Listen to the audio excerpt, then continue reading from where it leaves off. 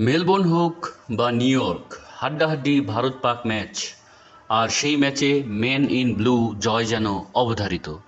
রবিবার টি-20 বিশ্বকাপে ভারতের শ্বাসরুদ্ধকর জয়ের পরে সকলের মুখে মুখে ঘুরছে একই কথা। ম্যাচের পরে এক হ্যান্ডেলে লিখেছেন, মহাদেশ পাল্টে গেলেও ভারত পাক ম্যাচের ফলাফল বদলায় না। রবিবার নিউ ইয়র্কের নাসাউ কাউন্টি ক্রিকেট স্টেডিয়ামে মুখোমুখি হয় দুই চিরপ্রতিদ্বন্দ্বী। সেই ম্যাচে দেখতে হাজির ছিলেন এক ঝাঁক তারকা। সচিনও হাজির ছিলেন স্ত্রী অঞ্জলি এবং কন্যা সারাকে নিয়ে। প্রথম ইনিংসে ভারত যখন একের পর এক উইকেট হারাচ্ছে, সেই সময় বিমর্ষ দেখা যায় মাস্টার ব্লাস্টারকে।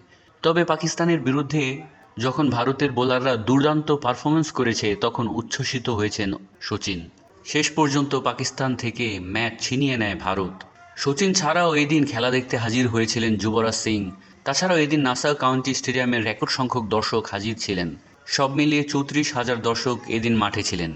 মার্কিন যুক্তরাষ্ট্রে আয়োজিত কোনো আন্তর্জাতিক ক্রিকেট ম্যাচে এটাই সর্বোচ্চ সংখ্যক দর্শক। বিশ্বকাপের শুরুর দিকের কয়েকটা ম্যাচে কার্যত ফাঁকা মাঠ দেখা গিয়েছিল, তবে দর্শক টানতে ফেল করেননি হটকেক ভারত পাক ম্যাচ। পাকিস্তানের এমন হারে আপনাদের কী মন্তব্য, কমেন্ট বক্সে জানাবেন।